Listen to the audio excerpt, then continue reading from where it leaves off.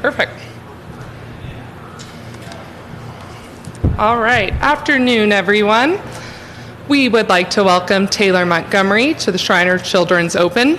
Taylor, welcome, a Las Vegas native. Want to start off with some opening comments, what it's like to have a home game this week and especially sleep in your own bed. It doesn't get any better than being able to sleep in your own bed and come out to a PGA Tour event. So as long as I'm on the PGA Tour, I'll be playing this event every year, as long as it's here and stuff. It's really nice being home. Just go throughout your day and showing up to a tournament to play. T15 here, last time out, making your second start. What are certain things you like about this course, and how many times do you think you've played it over the years? I haven't really played out here too much. I have a lot in the last month because it's the only place open out here in Vegas with the overseed and stuff like that. But I like the layout. It gives you some room off the tee, but you also have to hit it pretty straight. You can't have like a really big miss out here. It's not like a hole-to-hole golf course. You have to be precise into the greens, and chipping and putting is a huge deal out on this golf course. Had a strong start to your rookie season, now starting to see these tournaments for the second time in the round. How helpful is that, especially in your rookie season? Should be very helpful. I guess I'll find out. It helped me a lot on the Korn Ferry Tour a few years back, especially when you're playing good. When you're playing good, you're going to play good no matter what, but to see it a couple times, you can really save a couple shots around, and that's obviously out here a huge deal. And one more for me before we open up to them. Playing with a familiar pairing for the first 2 days with Justin Suh and Harry Hall. How fun will that be to kind of have that group? It's great. I wish we could gamble out there. I would love some Harry Hall money. It spins really well. I haven't had any of his money in a while. Is that because you guys haven't been playing or practicing off time together? Or? Yeah, we've just been kind of playing tournaments and stuff. I wasn't here for a while. We played the other day, and he got some of my money, which is bad. But I want to flip it around. Perfect. We're going to go ahead and open up to questions. We're going to start off over here with Paul. Hey, Taylor, I think the last time we talked to you in Memphis, you talked about wanting to go take some of your break time to work on your swing, some things that, you had tried to work on during the season, but maybe hadn't come fully to fruition. Just kind of, how has this last, 6 weeks gone for you as you try to work on that swing? After Napa, I've been practicing pretty hard. I mean, as hard as I can. And I've finally stopped hitting an 8-iron 150 yards. So I gained about 20 yards with an 8-iron, so that's a positive. Now it just comes down to like repetition and being able to hit it straight. Because I was hitting it straight, I was scooping everything, not having any shaft lean and stuff like that, and just really hitting it nowhere. And out here, when you're giving up 20 yards with an 8-iron, you're in trouble. Is it safe to say you feel more confident in your swing than you do, a couple months ago when you kind of were struggling there? Yeah, I definitely still working on it a little bit. Just started working with Butch Harmon in the last couple weeks, so hopefully him and I can get it going. How did that relationship come about with you and Butch?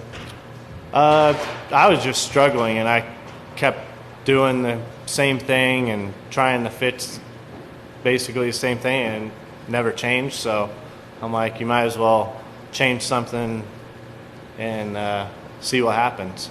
So I've always been I've always done like short game stuff, chipping and putting by myself, and having my dad look at me every once in a while. But ball striking's the key. If I'm hitting it good, I'm going to be right there most of the time. Not all the time, but most of the time. And that's one part of my game that I want to really improve.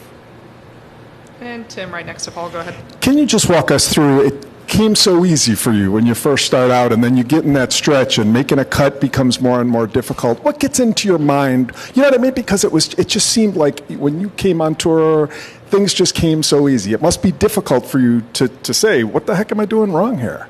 Yeah, I mean, I feel like mentally I've stayed the same. I've kept the same routine, but obviously I'm doing something different. When I first came out here, I'm hitting an 8-iron, 175 yards, and then towards the middle of the season, I'm smoking at 150, 155. Like, I'm clearly doing something wrong, whether it was like body-wise, I don't know. I think I just got into a bad habit of kind of like leaning back on it and just scooping it. And yeah, I can see how you can really fall off the deep end, like mentally playing bad, but that's never going to be me. I mean, whether I play good or bad, I forget about it and it's on to the next day.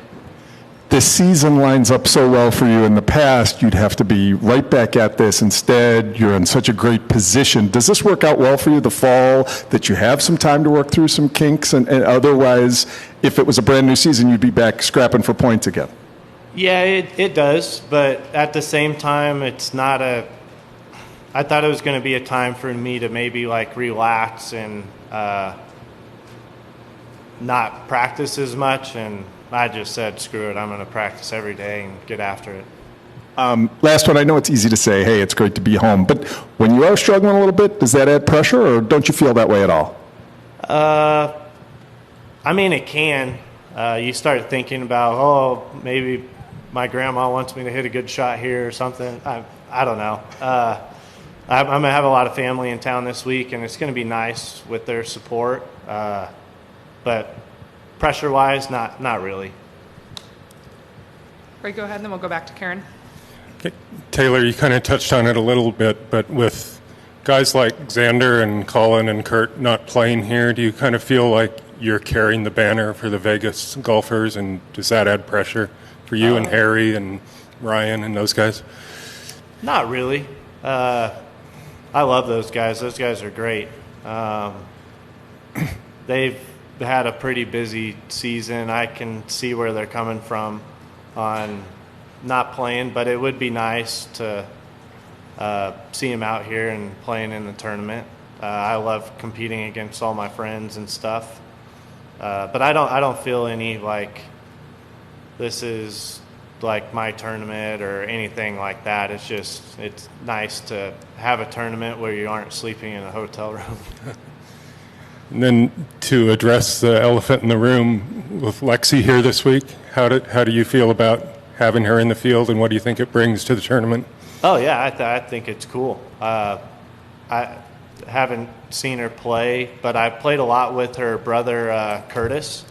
Curtis Thompson and I are really good buddies. That's one crazy dude, Curtis. I can only imagine what Lexi is like.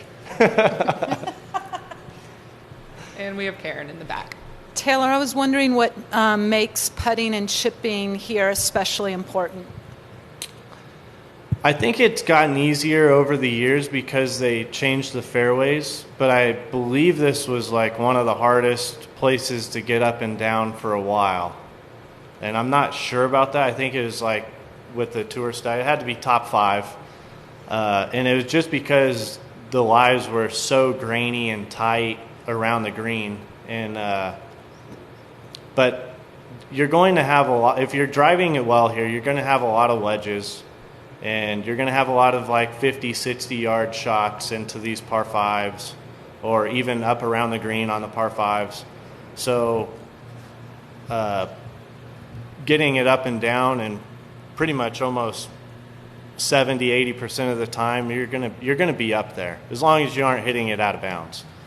And a guy that plays really good here is my buddy Harry Hall. And his short game here is pretty phenomenal. We're going to bring the microphone back over to Paul. Taylor, just with where you are in the FedEx Cup fall standings, you're kind of in between that 51 to 60, which would get you into some signature events next year. Is that kind of a position that you're following of where you are in that spot, and what kind of is that importance to you to kind of maybe lock up a couple, big time events for next year? I think it would be nice, but at the end of the day, like, I just want to be playing good golf going into the start of the season. Like what I did last fall, I was just playing really good, and everything seemed so easy. It didn't matter what tournament I was in. It was going to be, felt like I was going to shoot the same thing every time. I was going to be up there. So I just want to get back to that aspect of golf for me, and if I do that, then everything will take care of itself. Perfect. Unless there are any others, we'll go and wrap things up. Taylor, thanks for taking the time for joining us, and good luck this week. Thank you. Done. All right. Oh, there he is.